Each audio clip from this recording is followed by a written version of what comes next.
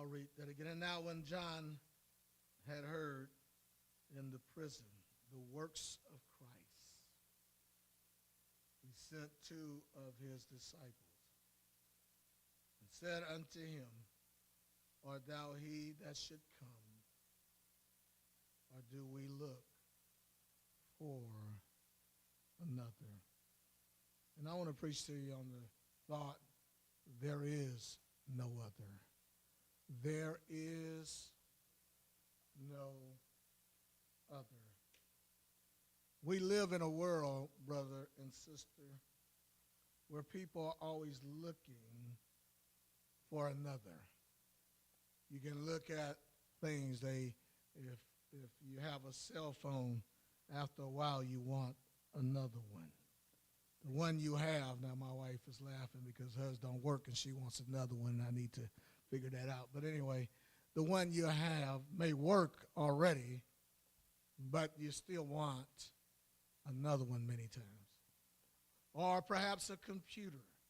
And you see some people that are really into technology, and their whole mindset is, man, I want a faster computer. They're looking for another. Or maybe it's a job. I just don't like my job. I just don't like the people where I work. I just don't like the thing that I do, whatever the case is. And so then you start looking for another. Maybe it's your house. It's not big enough. It's not the way what I really want or how I really want it. In other words, people are never satisfied with what they have. They claim to be thankful, and I will say that they are because that's what they claim, but they're always looking for something else to, so to speak, satisfy them or satisfy or bring them joy or whatever they're looking for from it. And so they look for a house, or perhaps it's a car. Oh, I like this car, and I want that car. And I'm not saying it's wrong to have things. I'm like anyone else. I like things. And so if I see something I like and I have the money to afford it, then I will purchase it. I will buy it. That's if I really want it. Now, I'm one of them people that I can walk through the whole mall and not buy one thing. It won't bother me one bit. You can't put a big enough selling sign in the window for me to trouble me. I may go into your store, but it better be the sale I want so that I buy it. I'm not one of those people that just because I got money in my pocket, it burns a hole in it and I got to spend it. So that's not who I am. And so I don't always buy things because I can. What I'm saying is, but I like everyone else. If I see something I like, something that appeals to me, something I think that I would be interested in having, I will purchase it like everyone else. But there are some people that are never satisfied with where they're at or what they have. They can be in a relationship, and because certain things are not working out, they'll find another person to date or another person to go out with because they're just not satisfied. The disciples wasn't really that way when John sent them. John sent them because he had heard of the works of Jesus and what was being done. And it really began to speak to John. And John perhaps began to wonder, there can't be anybody else other than Jesus doing this. Nobody has the power. Nobody has the authority to do all these works. But John's in prison. And so what John is looking for is confirmation that this is Jesus. So he sends two of his disciples, and they go and they find Jesus, and they said, John sent us because he wanted to know, are you the one that should come, or should we be looking for another? Is this really what God is doing? Are you really the Lord, the Messiah? Or is this something that we're just seeing and someone is putting a great show on? Should we be looking for another? It wasn't that they wasn't satisfied. It was simply that they were trying to understand. And we find ourselves in that same situation at times. God could be doing something in your life, around you. And because God is doing it and he didn't show you or tell you ahead of time, you start wondering, is this God? Is it really God? Perhaps there are things happening in your life and you're trying to understand, God, are you allowing this? Is it you that's ordaining this in my life? Why am I doing this? Why? It's not that you're not sure or not always sure that God would allow things. It's simply the fact that sometimes you're wondering, is this God? Is this of God?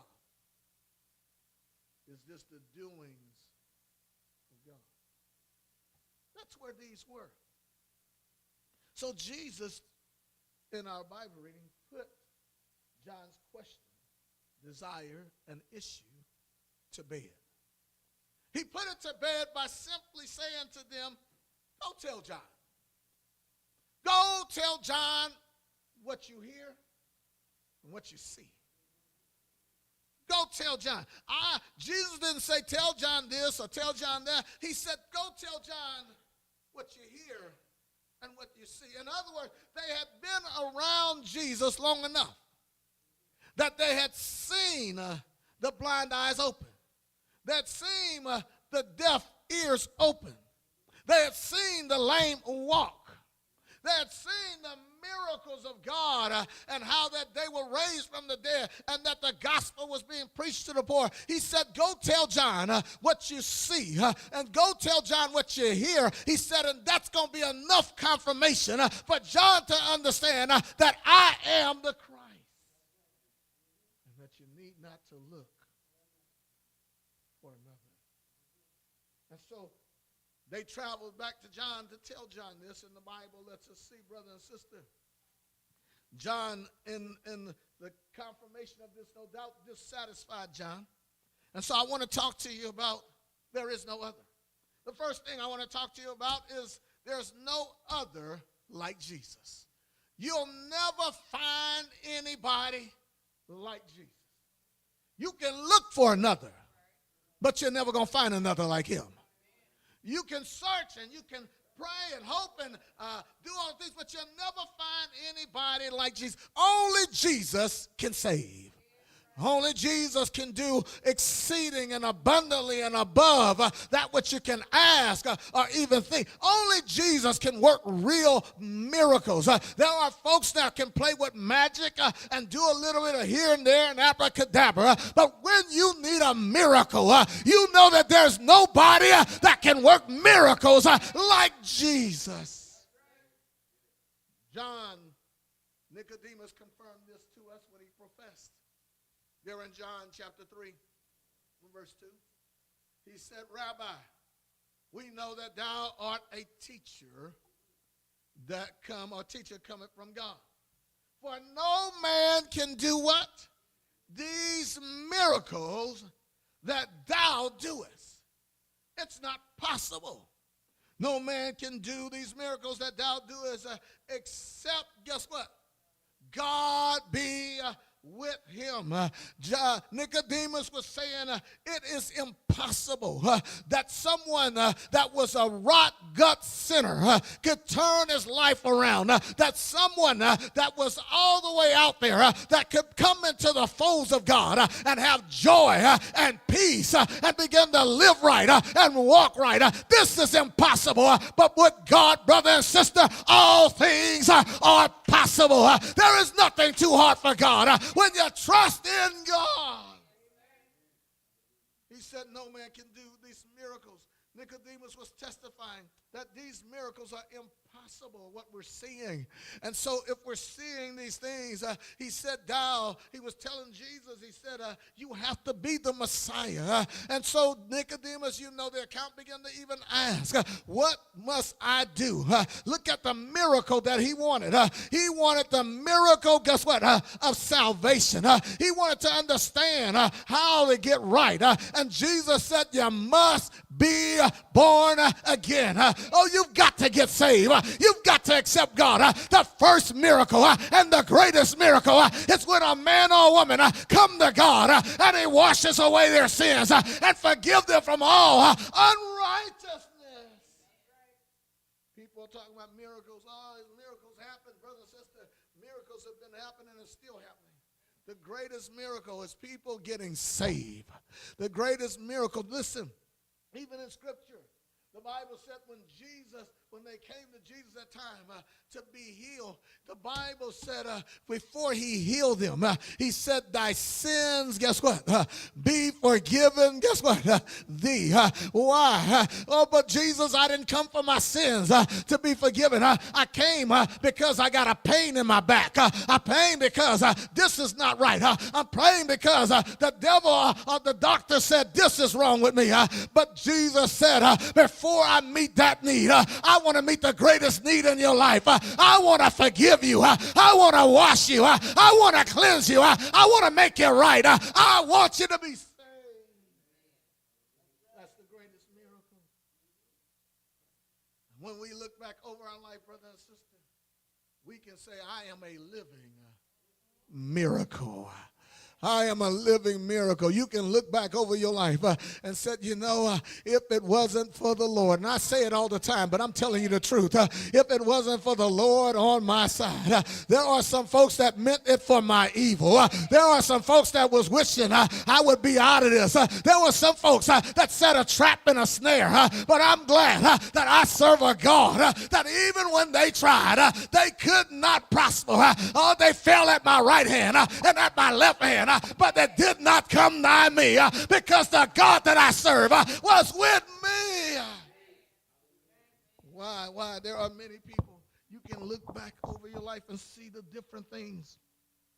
And all you can testify is this is nothing but the grace and the mercy, guess what, of Almighty God. Every now and then, I don't know about you, but every now and then I like to sit back and I like to just think about the goodness of God. I like to think about that little boy that was drowning in the water and God sent somebody to pull him out. I like to think about that little boy that was lost at an amusement park and God made sure that no one harmed him and no one did him wrong. I like to think about the goodness of God, how he kept his hand even when I was not trying to be right. He was making me what I should be. He was looking after me. He was taking care of me. He's a good God.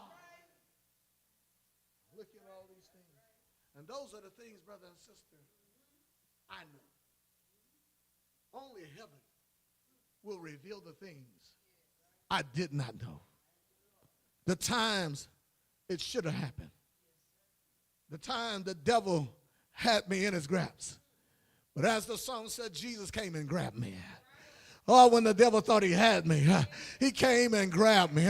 There is a lot of cases you'll testify and learn of when you get there, that how many times that the devil had you blocked on all four sides, but the devil forgot one thing, that God was above, and he picked you up out of the mess that you were in and placed your feet on a solid rock, and the enemy is still trying to find out, how did you get out of that? Because the God I serve knows how to make a way out of no way. He knows how to work a miracle in your life today. He knows how to do it. Nobody can save like Jesus. Salvation cannot be mimicked. It cannot be duplicated. It doesn't matter how people try to act. Salvation cannot be made over or done by somebody else. Only Jesus, brother and sister, can save a man. Only Jesus can save a woman. Religion is not salvation. Religion is not being saved. Religion is going through the motion with no reality. That's all religion is. It's going through the motion with no reality. 2 Timothy chapter 3 and verse 5 said it this way. It has a form of godliness, he said. He said, but it denied, guess what? the power. What power does religion deny? Religion denied the power to change. Religion denied the power to live right. And so when you have religion, you don't have power. But when you get saved, God puts power down in your soul. And the things you thought you couldn't do, the things you thought you couldn't walk away from, the things you thought you couldn't let go of, God gave you power, and you came out of that mess because of the grace of God and the mercy of God. Nobody can save like Jesus. You can look for another, but you'll never find anybody that ever pull a man out of sin, pull a woman out of sin. Only Jesus can save. But brother and sister, only Jesus can heal also. There is no other that can heal like Jesus. Brother and sister, there's a lot of people that play doctors. They like to act like they know what's going on with you.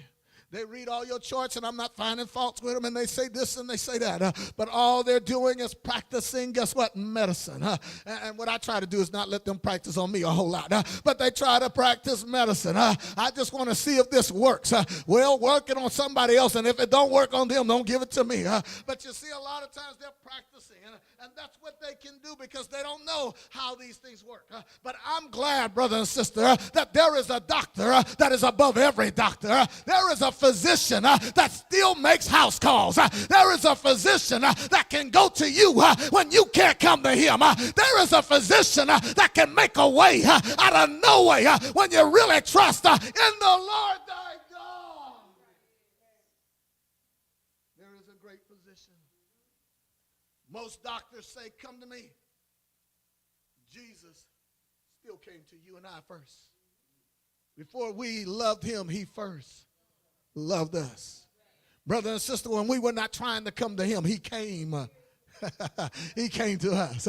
He's a doctor that really cares. He's not just a doctor with a name or a degree behind him, but doesn't really care. He's a doctor that cares about everything about you. And so when you couldn't even come, when I couldn't even come, when we didn't know the directions, when we didn't know how to get to him, he said, you don't have to come to me. I'm going to come where you're at. I'm going to knock on your door. I'm going to try to help you. And I'm glad that he loved me enough to help me in spite of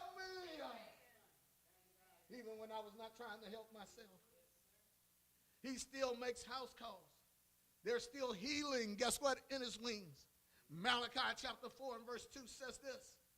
He said, but unto you that fear my name, unto you that fear my name, shall the Son of righteousness arise with healing, guess what, in his wing.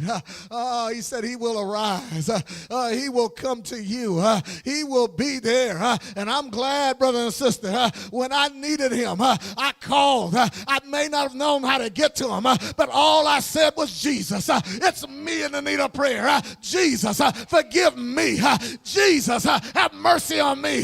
And somehow, some way, God made his way to me. Somehow, God made a difference in my life. He is able to heal all. There is no sickness, brother and sister, no disease, no situation. There is nothing that God cannot heal. When we bring it, guess what? To him. When we bring it to him, brother and sister, the blind see. He showed us.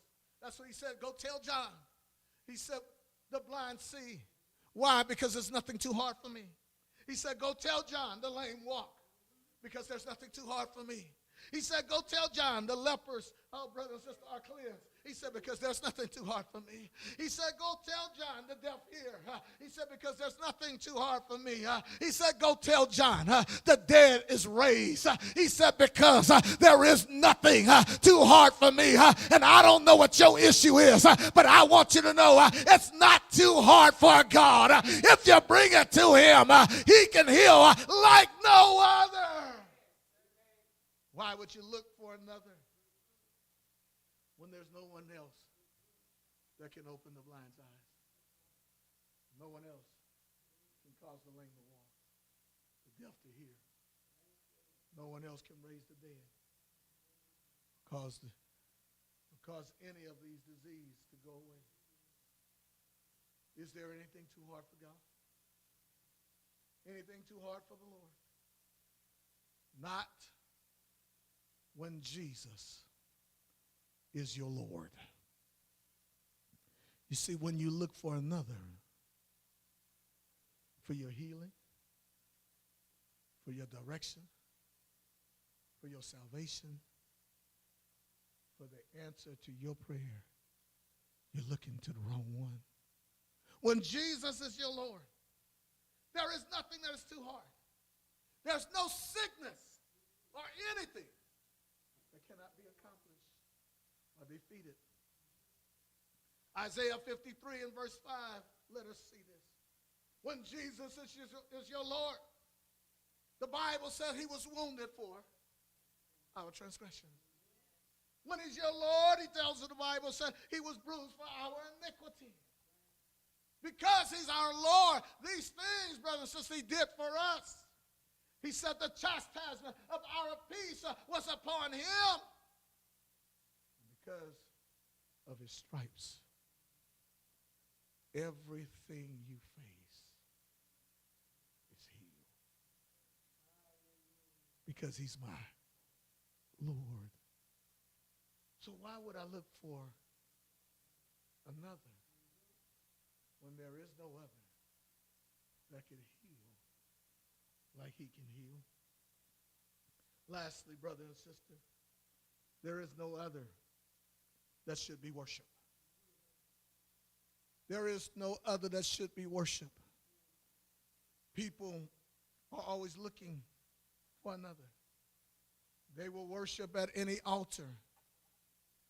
They will praise anything.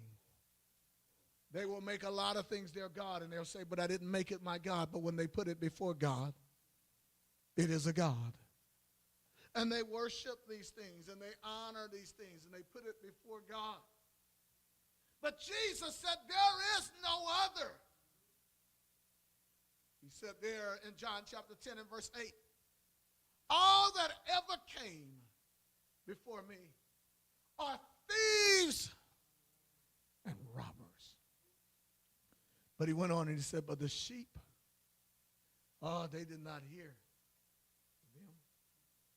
Why did the sheep not get carried away to another? He said, because my sheep knoweth my voice. They're not looking for another. Someone that's really been born again is not looking for something else to worship or something else to serve or someone else to follow. They already found what they were looking for. They found their joy. They found their hope. They found their peace. They found it in Jesus. I'm not looking for anything else. I just want God. They found everything that they were looking for in Jesus. So certain sounds don't bother them. Certain things that people are doing, the Bible lets us know, brother and sister, that the sheep of God are not fooled. Because they are the true worshipers of God. And the true worshipers of God, brother and sister, they worship God. The God in the Bible tells us they worship God in spirit and guess what? In truth. In other words, brother and sister, they don't need the sounds to get them to feel like they're serving God. They don't need some good talking person to make them feel like they're serving God. There's something down on the inside in their heart and in their soul that says, I serve the true and the living God. And him only will I serve. I'm going to worship him. I'm going to honor him. I'm going to magnify him. I don't have time for the world. I just want to walk with God. He said there in John chapter 4 and verse 23, the true worshipers worship the Father in spirit and in truth. They're not looking. They've already found. So why would they seek another to serve when they already found what satisfies? When they already found what brings joy? When they already found what brings them peace? Jesus satisfies. If no one ever told you that, Jesus truly does satisfy. Now the devil don't want people to know that. And that's why he tries to give them everything else to satisfy them. He wants them to believe that if you have this is going to satisfy. You notice how the devil gives them everything but Jesus? Why? Why does he show everything and offer them everything but Jesus? Because he knows the only true satisfaction is only in Jesus. Guess what? Christ. He understands that everything else in the world will build you up and let you down. Everything else in the world will come and go away. But he says there is one thing that will stand with you throughout eternity. That's that man called Jesus.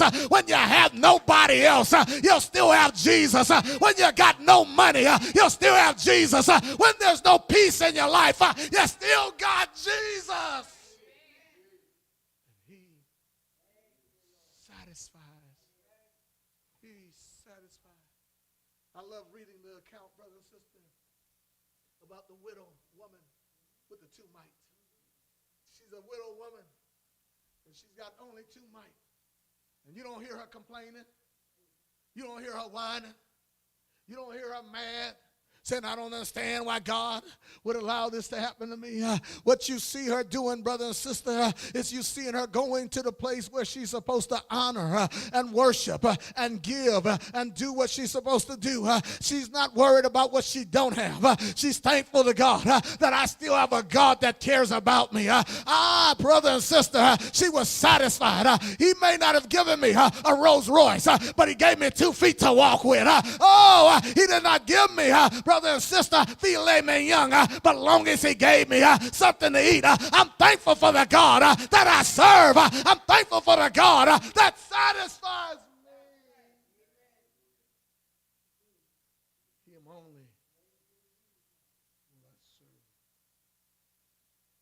The devil doesn't want you to know that. Because if you ever really taste of the goodness of God, you will say exactly what Jesus said. Luke 4:8. Come on, Sister Jason. He said, get thee behind me, Satan. He said, get thee behind me, Satan. For it is written, thou shalt worship the Lord thy God, and him only shalt thou serve. He was saying without a doubt, who else is there to serve? Who else other than God? Brother and sister, there is no other. Jesus is all you'll ever need. As you bow your heads and close your eyes, Jesus is all you ever need. You can search the world all over. You can get the finest things you think that will satisfy. But when you get it, you'll look for another. When you drive it, you'll look for another. When you live in it, you'll look for another. When you wear it, you'll look for another. When you date it, if it doesn't satisfy, you're going to look for another. But when you let Jesus be Jesus, you don't have to look for another. Your salvation is in him. Your healing is in him. Your forgiveness, your mercy, your grace is in him. And that's why he's the only one that should ever be worshiped. Tonight, these altars are open. As you begin to sing, why don't we find a place to pray?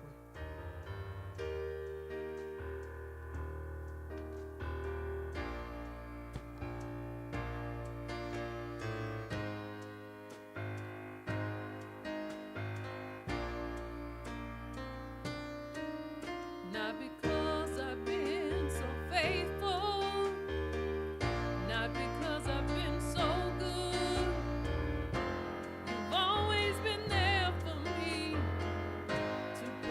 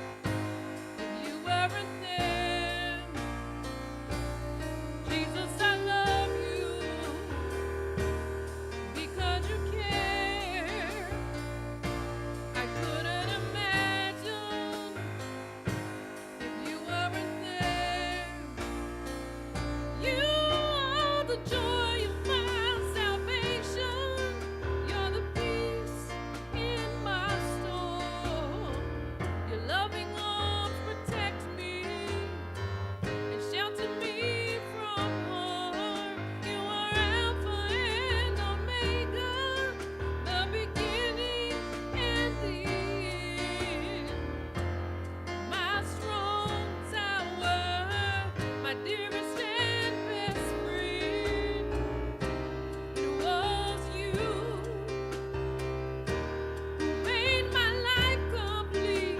You are to me my everything, and that is why I sing. Jesus, I love you because you care. I couldn't imagine if you weren't there. Jesus, I love you because you care. I couldn't imagine if you weren't there. Not because I've been so faithful, not because I've been so good. You've always been there for me to provide my every need. You were there when I was lonely. You were there in all my pain, guiding my footsteps, a shelter from the rain. It was you who made my life complete. You are to me my everything, and that is why I sing. Jesus, I love you. Jesus, I love you Oh, because you care. because you care. I couldn't imagine I couldn't imagine you weren't there. if you weren't there. Oh, Jesus, I love you. Jesus, I love you because you care. I couldn't imagine if you weren't there. That's what he wants from us, is just to love him with all of our heart, our soul, our mind.